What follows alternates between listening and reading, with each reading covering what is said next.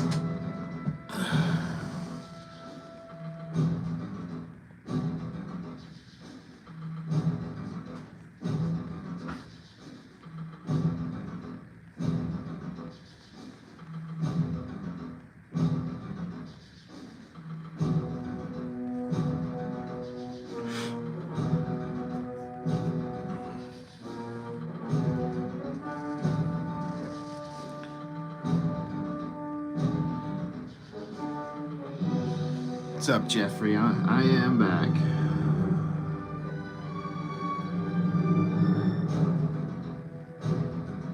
Yeah, because I was using my old phone like I always do, and just suddenly it just kicked me off and was like the app was reinstalling itself. I'm like, maybe it just crashed. I don't know. It's never happened before. Oh well.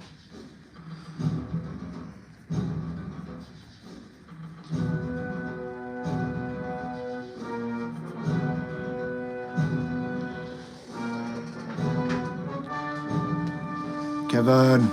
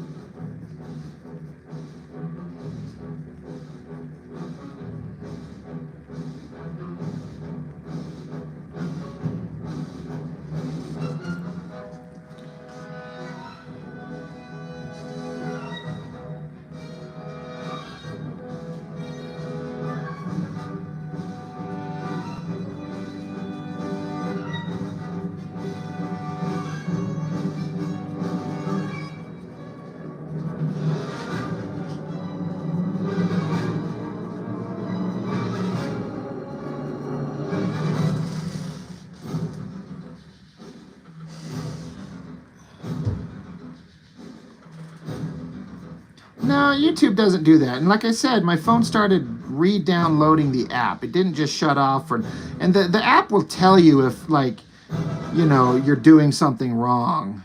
It was my phone. It was the app crashing. Yeah, that or Liefeld bought YouTube. There you go. He's like, I want to shut that guy down one way or the other. Surprise. Celebrate mom in a big way this month. With help from the Home Depot. Shut the fuck up.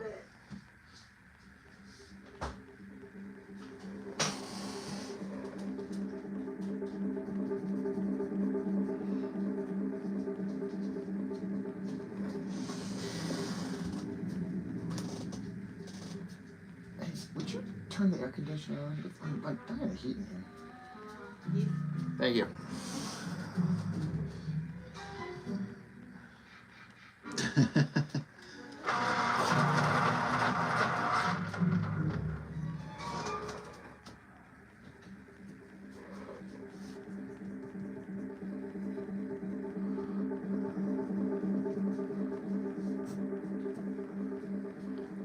Mark catching it at the beginning, kind of. It was set at like 75, so I turned it down to 68. Just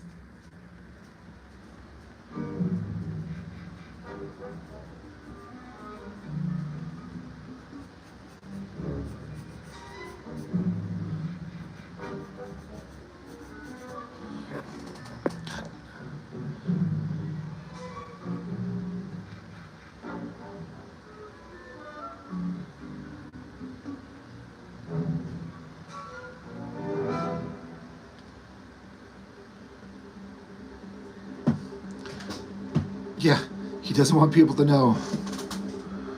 The secret of the jar. Maybe that should be the title of the book, because I haven't settled on a title for the actual book. You know, instead of like Ninja Turtles 2, where it's Secret of the Ooze, it's the Secret of the Jar. But that's not interesting. No one would want to pick that up. Like, what kind of comic is Secret of the Jar? That'd be like the subtitle.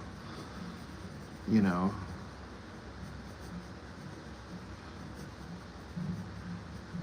The secret of the ooze in the jar. Gross.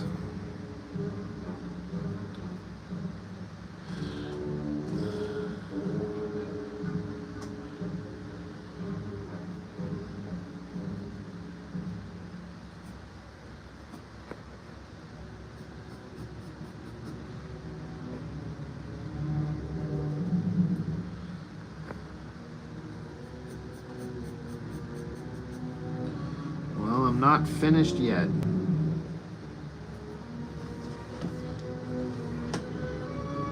But I think with my track record, you can pretty much guarantee that I will finish it. Unless I die or have a heart attack or something.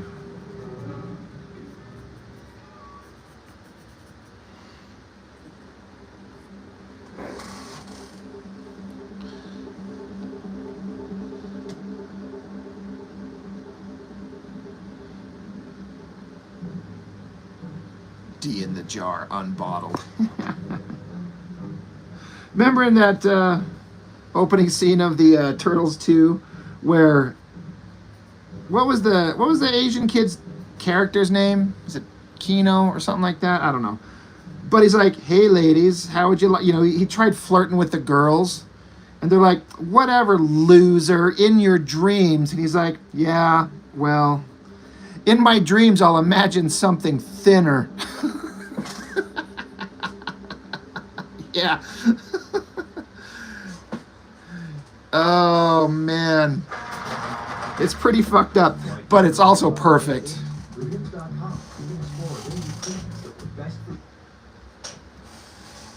Do it, Jeffrey.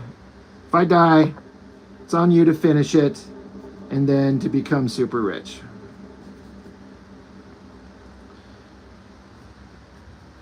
Just remember to give a cut to my will so my kids can have some of it.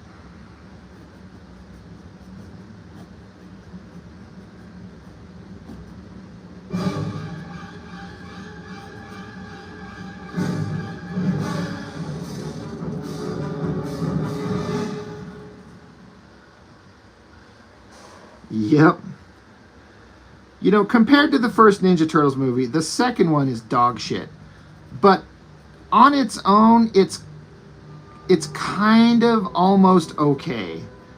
There's some, I don't know, there's somehow I can kind of find something redeeming in it sometimes. It's just they went so cartoony and kid. Like that first Ninja Turtle movie, I mean, it's very dark and violent for a kid's show, really. They took the subject matter seriously. And I like that. As a kid, I liked that I was watching something that I was into and we were taking seriously. It wasn't a joke. It was fun. But I was into it a lot.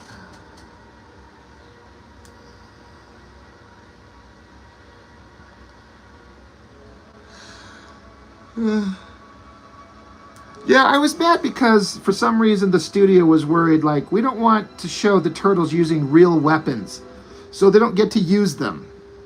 I'm like, you just had a massive, massive financial success with the Turtles using their weapons. Like, Leonardo frickin' cut Shredder. He cut his arm and then slashed at his face. They're beating the shit out of the bad guys all over the place. Like, I don't know what the fuck. It's like, it's funny. These movie studios are a bunch of idiots. Like, we all know that. But it's like, you just had a massive success, so you're going to rush a sequel doing the exact opposite of what was successful about the first one.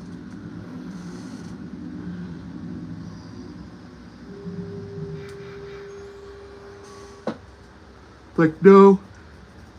can't have Leonardo swinging swords around. Michelangelo can't do nunchucks or anything, so we'll have combat cold cuts.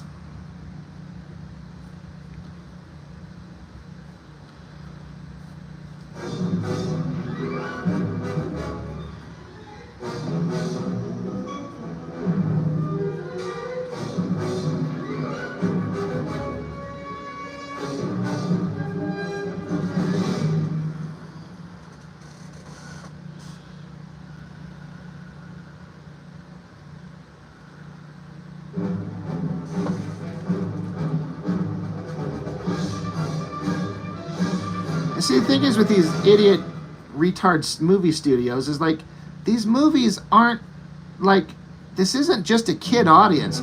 The adults want to go see something interesting. So they make a serious #1 turtle movie. It does really well. And they're like, dumb it down for kids. And then it gets stupid. And then it's not a fraction as successful. And then part 3 is just, you never speak of part 3.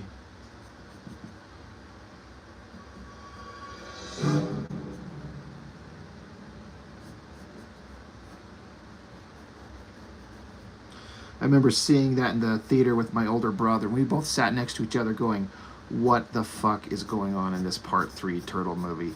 Did they lose their minds?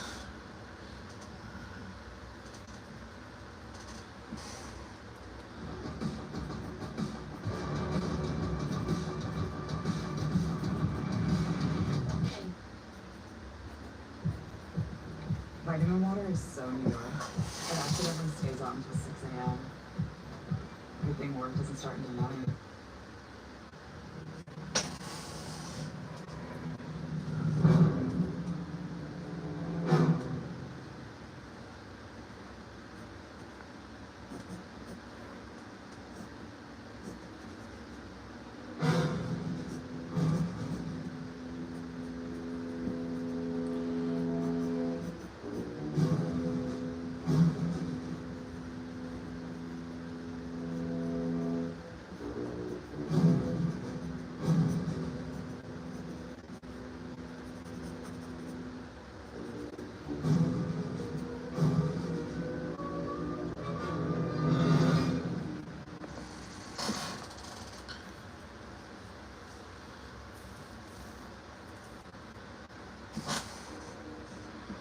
Yeah, see, for me, the only version of the Turtles, we were talking about this the other night, I think we were going over 80s properties. The only version of Turtles for me that I care about is the movie version, and specifically the first movie version. When I think of the designs of the Turtles that I identify with, it's those very specific designs, those facial features, their facial structure. Those are the Turtles to me, because that was my first kind of, time when I was like, I love the Turtles because of that movie. I wasn't into the cartoon. I didn't even know comic books of Turtles existed. I didn't know that's what they were from. I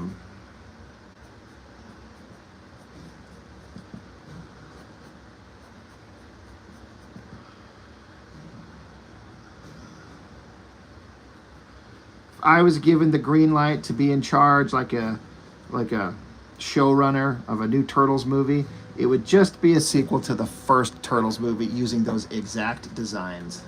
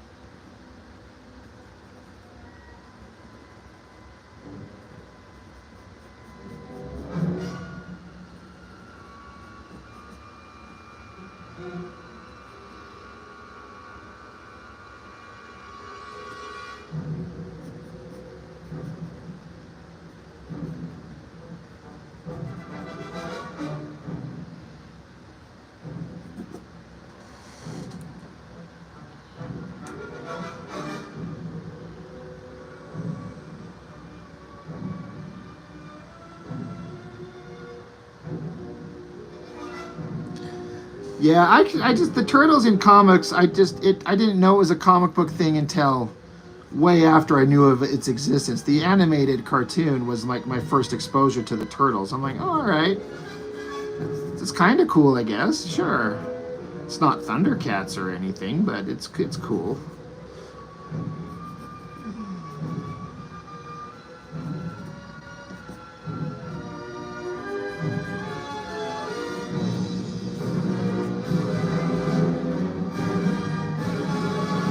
What the fuck? With Geico, we can easily bundle home and car insurance and save even more. Yeah, try that breakfast pizza. There isn't too much hot sauce, is there? I have an intensive palate. I actually like hot sauce. How about guacamole? Really, I'll go to the bad one.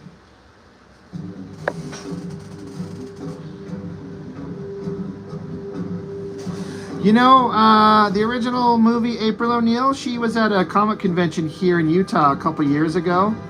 And I had my table, so I couldn't get away to go see her. But my one of my good friends, who used to be an old roommate of mine, he went and met her, and he saw her, and he said the same thing. He said that she was charming and sweet and still pretty.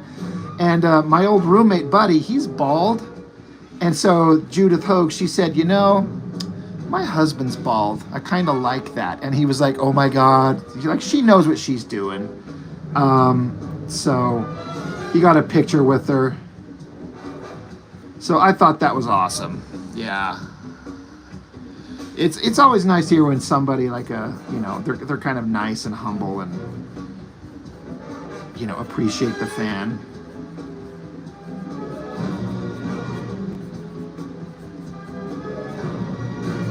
I was like, God, I wish I could have gone and meet her, but I had a table. I had to stay at my table and hustle.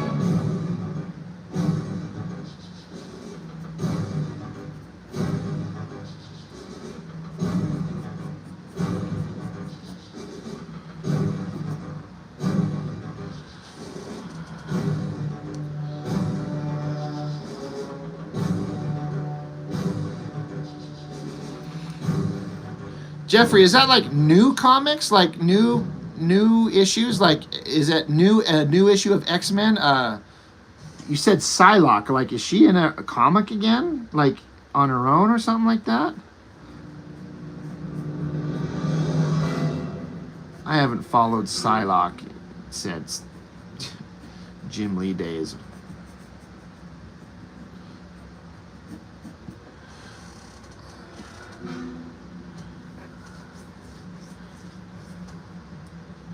Right, Panda? For sure. You know, it's funny, as a young kid, I didn't find that actress that played April O'Neil particularly attractive. I thought she was good in the role. I didn't think she was particularly hot. But as I got older, I was like, you know what? She totally is. She's got this kind of like goofy, kind of natural way about her.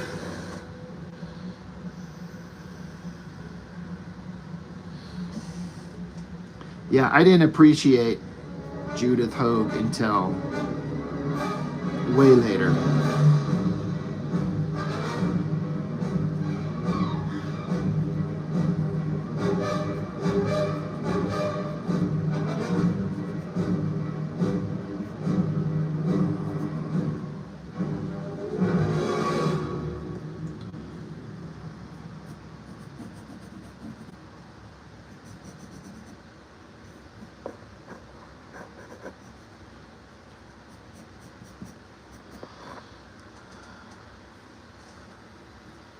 So Psylocke has her own series. That's interesting. It's like somebody must have something to say about the character, and Marvel must have a lot of faith in it to dump money into a fucking Psylocke comic, because when has that ever been a thing?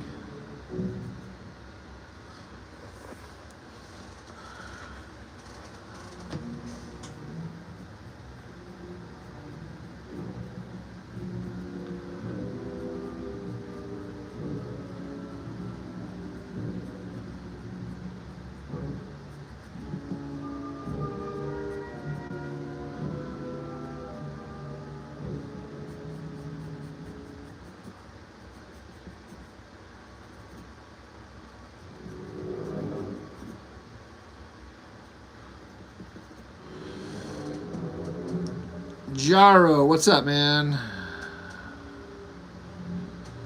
Michael Pritchard, how's it going? How's it going, everyone?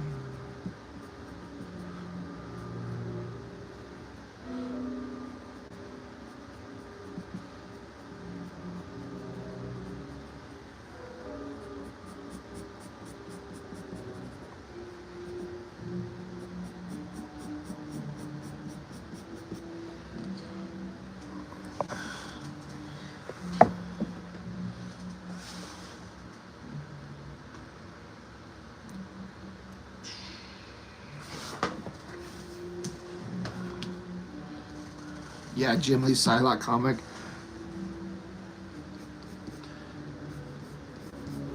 Of course, back in those days, a Jim Lee, any hot girl comic would have been a thing.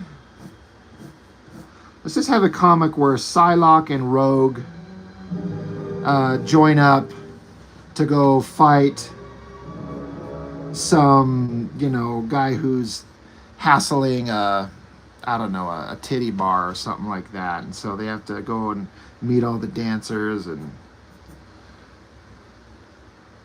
maybe the White Queen could show up in her little slinky Hellfire Club outfit. I could make good comics.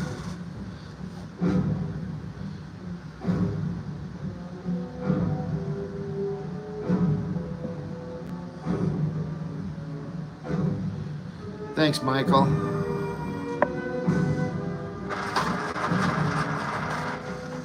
Ugh, it's getting late. I'm gonna have to go to bed. I gotta get up and go to goddamn work. I do not want to go to goddamn work. I feel like I just got out of goddamn work.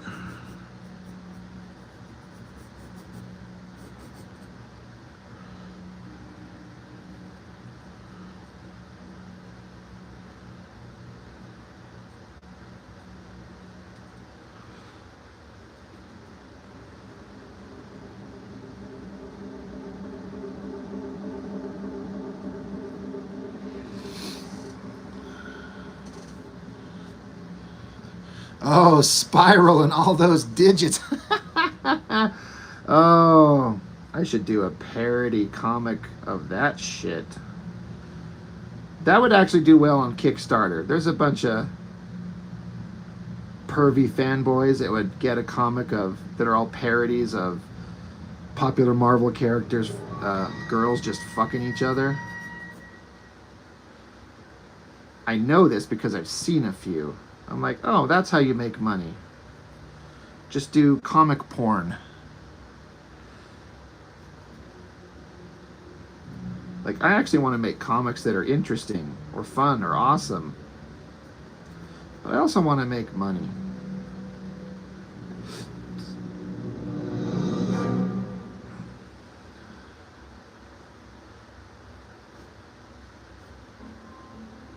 In a world where each smile can change a life, Smartsheet empowers Operation Smile to deliver much-needed hope.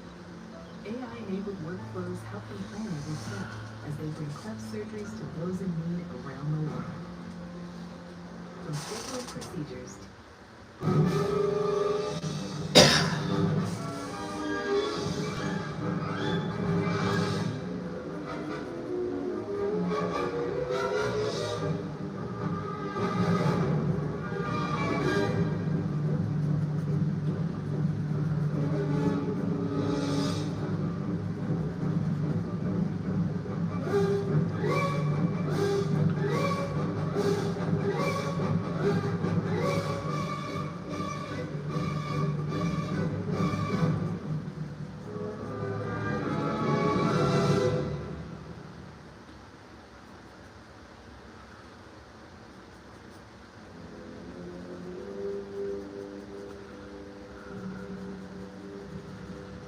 I saw it. You saw what? I saw it.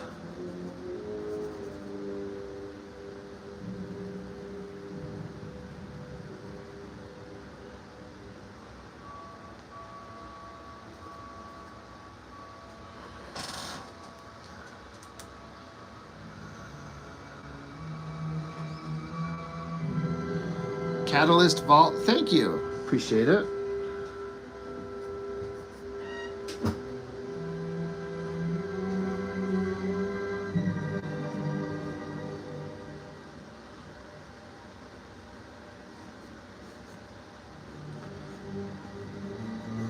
I don't know if I trust Marvel doing a swimsuit issue again.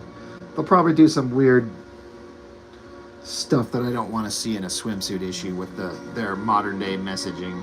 I'm like, just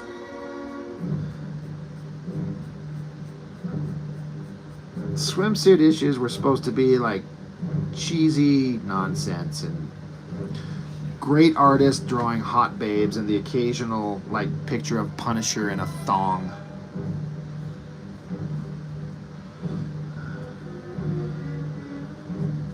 I just don't think anyone has the balls to just dare to do that anymore. Somebody joked to me that I should have done a swimsuit edition of my Master's End, my He-Man fan comic, which I actually thought was actually a really funny idea. I keep thinking about it.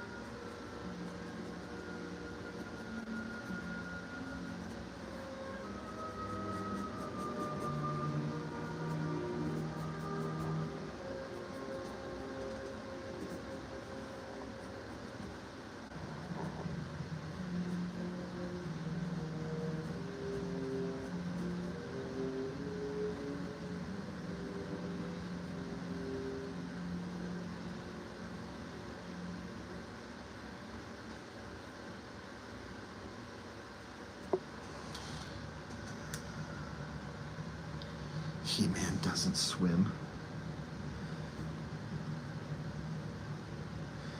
He swims in the ladies' love juices. Okay, that was gross.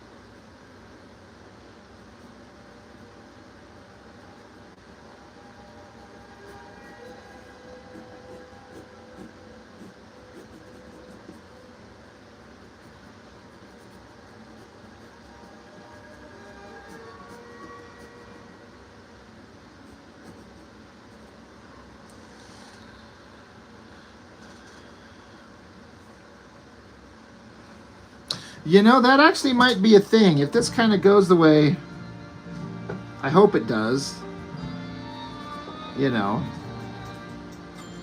But what do I do with the parody swimsuit issue? It's like I want to make I want to make hot looking girls, but if it's a parody thing, do I make it kind of silly? A dog's big life is There's funny stuff we could do. We could take the main characters here, like all the dudes, and put them in ridiculous swimsuits and.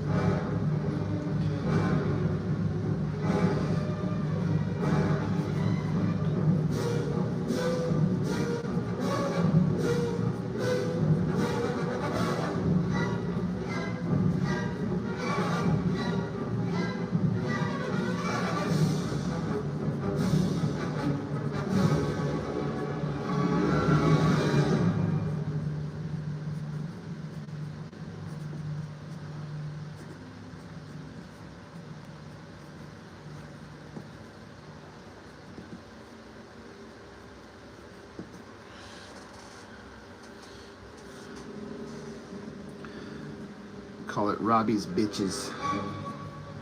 That'll make it nice and offensive.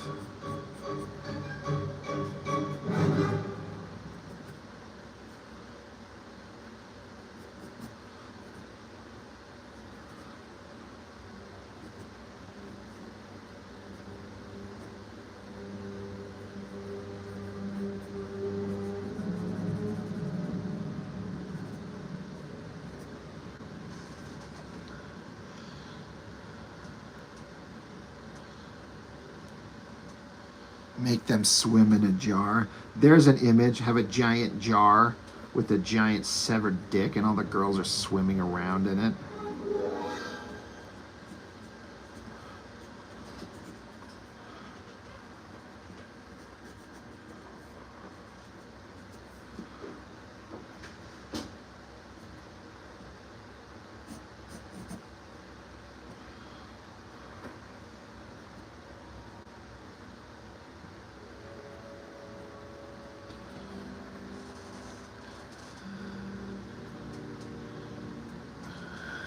Have a dude eating some bananas. Jeffrey, you talking about Predator? Is that what you're talking about? Yeah.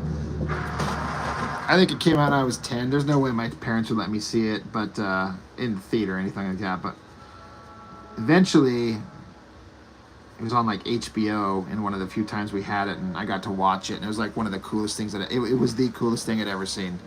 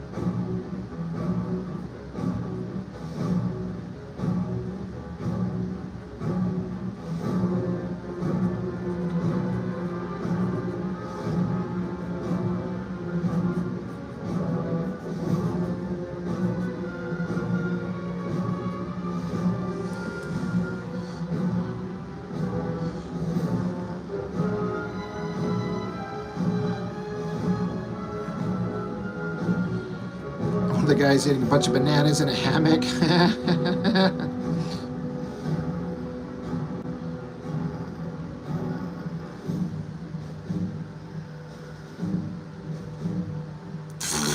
For boobs being blocked out by a pair of crabs. Yeah, seriously, I keep listening to this, and it's like, this music is intimately ingrained into my brain, because I watch that show over and over and over. Like, when I was younger, I was one of those kids that used to like to play like soldier or army, so I had like green camouflage clothes and a bunch of toy plastic guns. I would strap this shit onto me and wander out into this like vast empty field that was behind my house, went on for miles. Trees and, you know, bushes taller than a grown man, little trails, and I would hear this music in my head. I'd be like, boom, boom, boom, boom, boom, boom. And I was like, I felt like I was out in the jungle and a predator was out there, man. As a little 10, 11-year-old kid, I was having the greatest time. I still have one of those toy plastic guns that I had as a kid. It's a replica of a Beretta, all black. When they would sell toys like that before the kids kept getting shot, and all toy guns now are like bright yellow.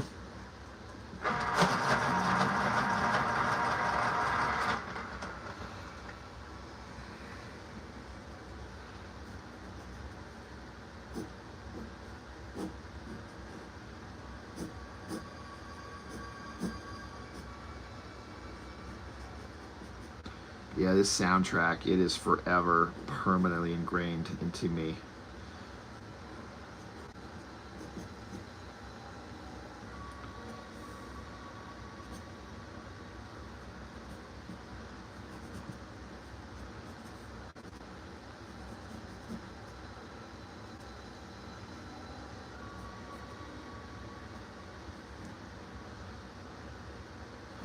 The demon who makes trophies of men. I didn't understand what she said for years. With her thick accent, she's like, she says it whatever in Spanish. I can't even pretend to repeat whatever how she pronounced it. But she says means the demons who make, and I didn't understand. She said trophies. I heard strophis. The demon who made strophies. I was like, what's strophies? I didn't understand it for fucking years. Then I'm like, I was watching it with the subtitles on, and it's like, oh, she said trophies. I am stupid. Now I get it.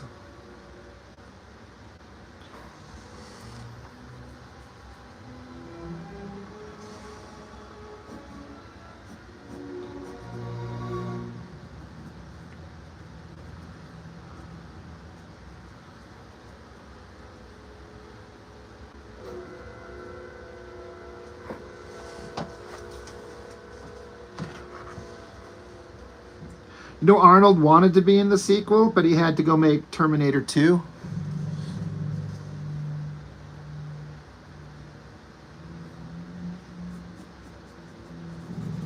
I think he made the right decision.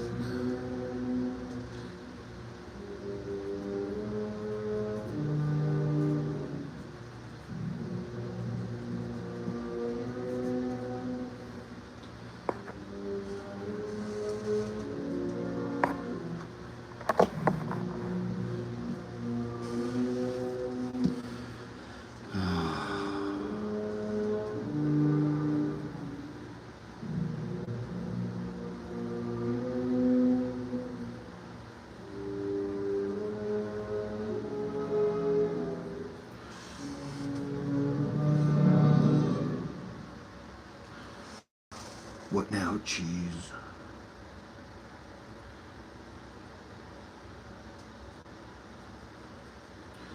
That part where Arnold's putting himself out there in the movie to like be bait for the predator, and it doesn't show up, and he like gives up, and then suddenly the trap springs behind him, boom, launches the predator in the air. Holy shit, did we all jump. It was so great. Daisy, Mark Jacobs.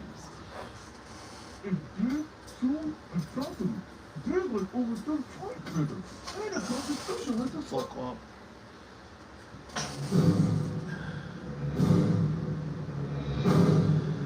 Thanks, Jaro. I'm just gonna try and hurry and pencil in the basic form of this lower figure, and then I'll be done for the night. I'll take the light box off, and we can kind of see at least the rough idea of what I've got going on.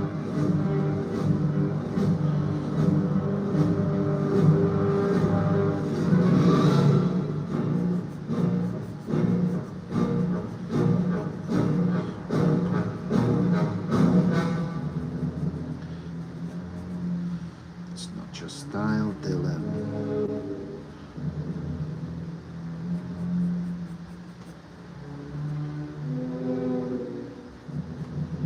He's busted up pretty bad, Major.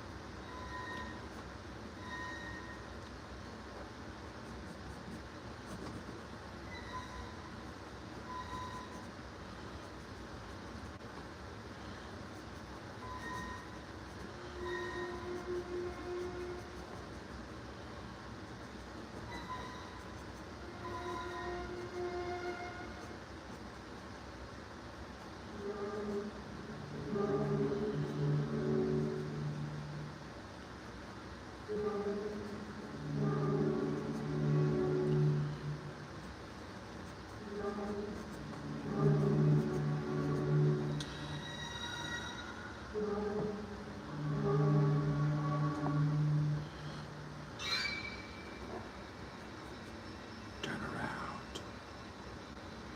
Over here.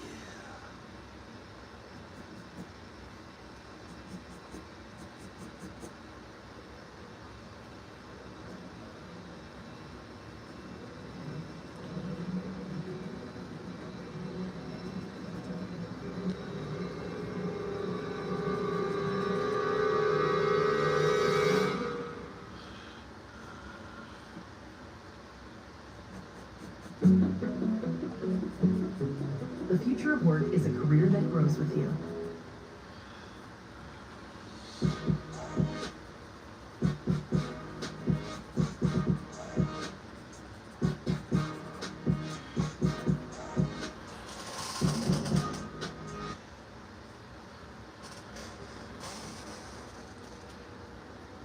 D-Man hates everything on God's green earth, so...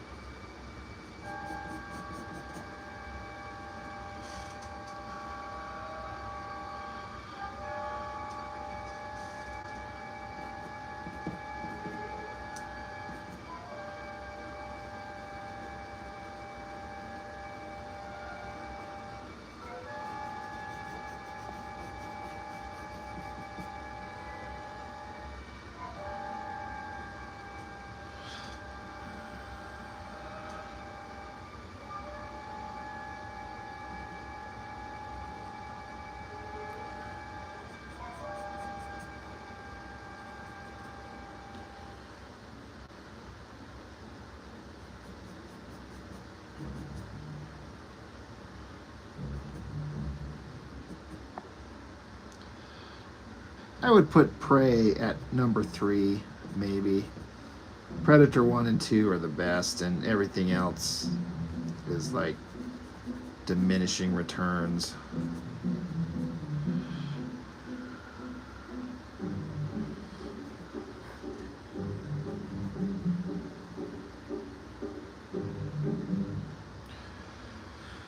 Okay. All right.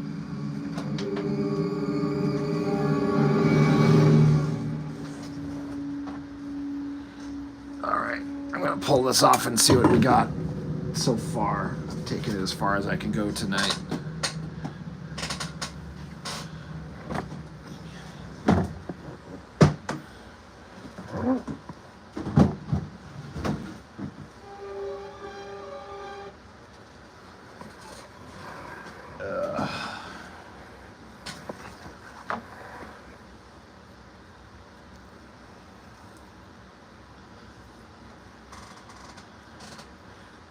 It's not finished, but I got all the basic forms down.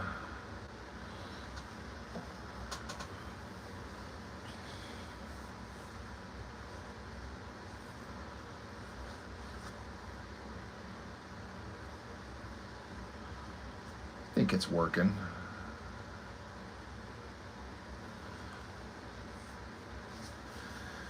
Well, I gotta go my ass to bed before I talk myself into just sleeping in late and going in late to work tomorrow. Ugh.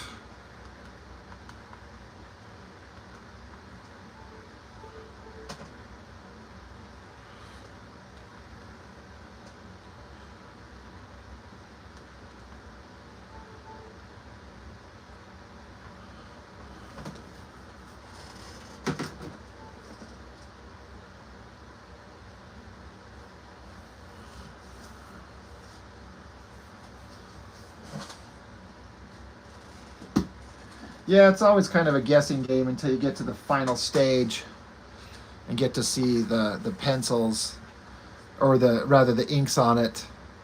You know, I'll go through and shade in some pencil like this to, you know, put some darks on it so people could kind of, you know, the inker can kind of see what's going on. But this light open, just gets the form down.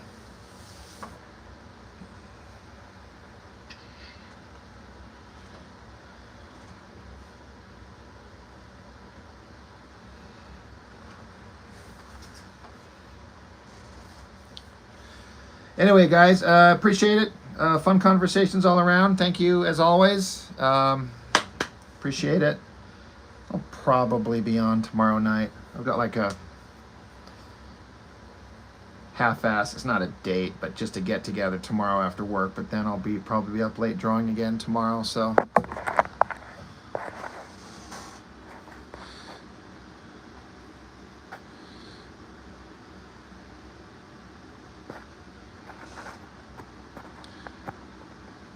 All right, everybody. Thanks as always.